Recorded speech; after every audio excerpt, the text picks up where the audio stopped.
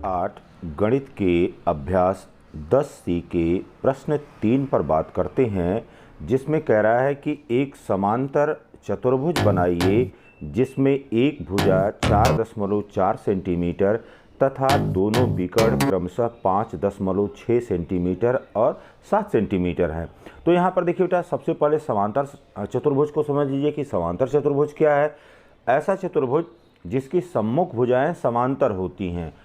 यहाँ पर AB parallel to CD है और AD पैरेलल टू BC है, और फिर समांतर चतुर्भुज के विकर्ण एक दूसरे को या परस्पर समद्विभाजित करते हैं। तो यहाँ पर एक विकर्ण 7 सेंटीमीटर दिया गया है, दूसरा विकर्ण 5.6 सेंटीमीटर दिया गया है। तो पहले 7 में 2 की भाग दे करके और यह निकाल लेंगे, 3.5 आ जाएगा। इसी प्रकार से 5.6 में 2 से भाग देते हुए इसका मान ज्ञात कर लेंगे, 2.8 आ जाएगा। तो यहाँ पर यह AO यह 3.5 सेंटीमीटर और BO यह 2.8 सेंटीमीटर के बराबर हो जाएगा। सबसे पहले हमने क्या करना है, सबसे पहले हमने यहाँ पर 4.4 सेंटीमीटर की एक रेखा खींच लेना है। यहाँ पर 4.4 सेंटीमीटर की हमने एक रेखा खींच लिया। अब क्या करेंगे, अब BO यहाँ पर 2.8 सेंटीमीटर के बराबर है, तो BO बराबर 2.8 सेंटीमीटर और इतनी त्रिज्या लेते हुए यहाँ पर B बिंदु को केंद्र मान करके हमने एक चाप लगा दिया है यहाँ पर। अब देखिए आगे क्या करना है, आगे जो है 3.5 सेंटीमीटर की त्रिज्या लेकर के और A बिंदु को केंद्र मानते हुए चाप लगा देना है। A बिंदु को केंद्र मानते हुए अब 3.5 सेंटीमीटर की त्रिज्या का चाप लगा दिया।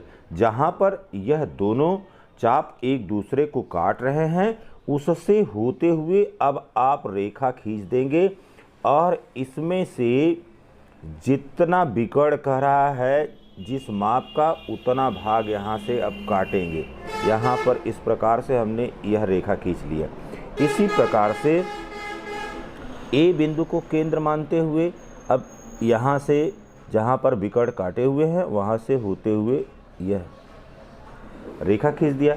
यहाँ पर हमने O लिख दिया।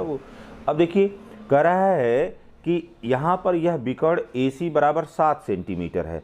तो अब 7 सेंटीमीटर की त्रिज्या लेकर के और A बिंदु को केंद्र मानते हुए और इस AO रेखा से अब यह 7 सेंटीमीटर का भाग यहाँ से काट लीजिए। 7 सेंटीमीटर वाला भाग कट गया। फिर इसी प्रकार से 5.6 सेंटीमीटर, अब 5.6 सेंटीमीटर की त्रिज्या लेकर के और B बिंदु को केंद्र मानते हुए यहाँ से यह भाग काट लिया और यहाँ पर अब हमने C लिख दिया और यहाँ पर यह D हो गया। तो अब क्या करेंगे, अब B को C से मिला दीजिए, B को C से मिला दीजिए, B को C से मिला दिया। फिर देखिए बेटा, इसी प्रकार से D को A से मिला दिया, D को A से मिला दिया, D A से मिल गया। और C और D को भी आपस में मिला दीजिए, C और D को आपस में मिला दीजिए।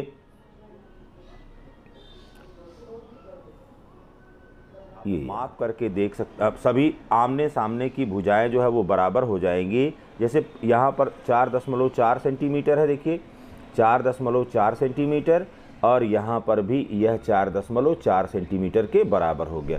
इसी प्रकार से अब BC की जो माप होगी वही माप यहाँ पर DA की भी हमको प्राप्त हो जाएगी। तो DA की भी वही माप यहाँ पर प्राप्त हो जाएगी।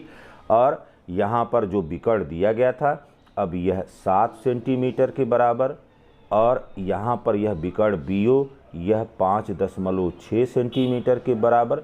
इसको इस प्रकार से लिख दिया।